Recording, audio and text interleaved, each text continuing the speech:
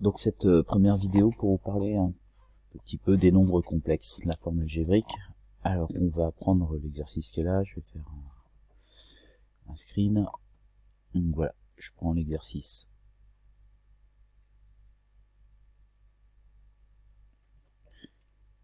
Et nous allons le traiter.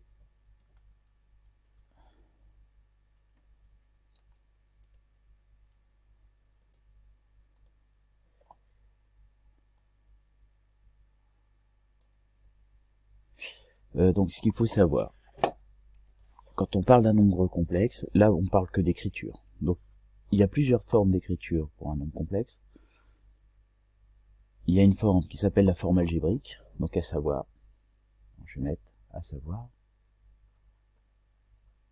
d'accord, savoir par cœur. Donc forme algébrique.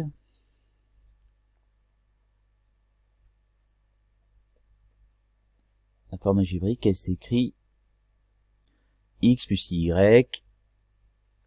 Alors vous verrez a plus ib parfois, vous verrez aussi x plus y, d'accord. Et ce qu'il faut savoir, c'est que x et y sont deux parties qui portent un nom, donc ça on appelle ça la partie réelle, qui se note comme ça.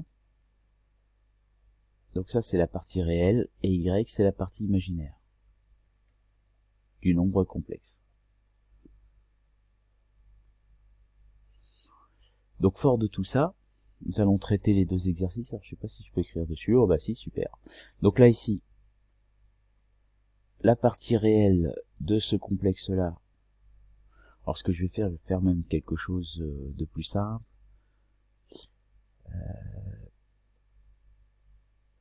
Je vais me faire un petit tableau pour l'exercice.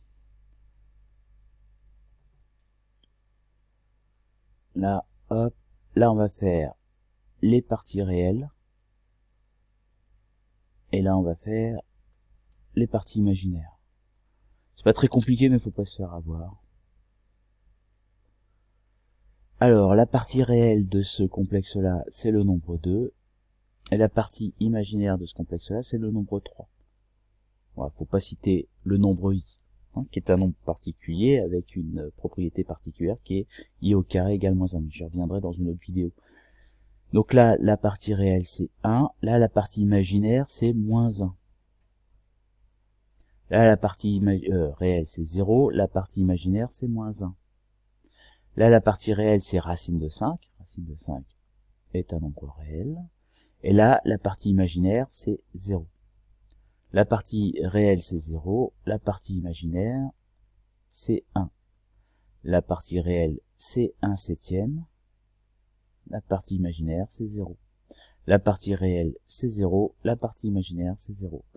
Donc, petite propriété, quand les parties imaginaires valent 0, à ce moment-là, le complexe, on dit que c'était un réel. Donc, les réels font partie des complexes. Donc, ici, par exemple, là, vous avez un réel. Je vais peut-être le marquer. Là, ici, vous avez un réel. Là, vous avez un réel. Et là, vous avez un réel. Et quand la partie imaginaire, la partie réelle est égale à 0, ce qui est le cas ici, on a ce qu'on appelle un imaginaire pur. Donc ici, voilà, on a ce qu'on appelle un imaginaire pur. Et ici aussi. Voilà, c'est du vocabulaire que vous retrouverez dans les exercices.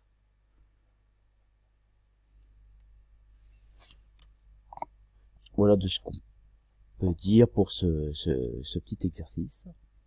Donc voilà, il n'y a rien de particulier à dire de plus que ça. Donc voilà pour cet exercice.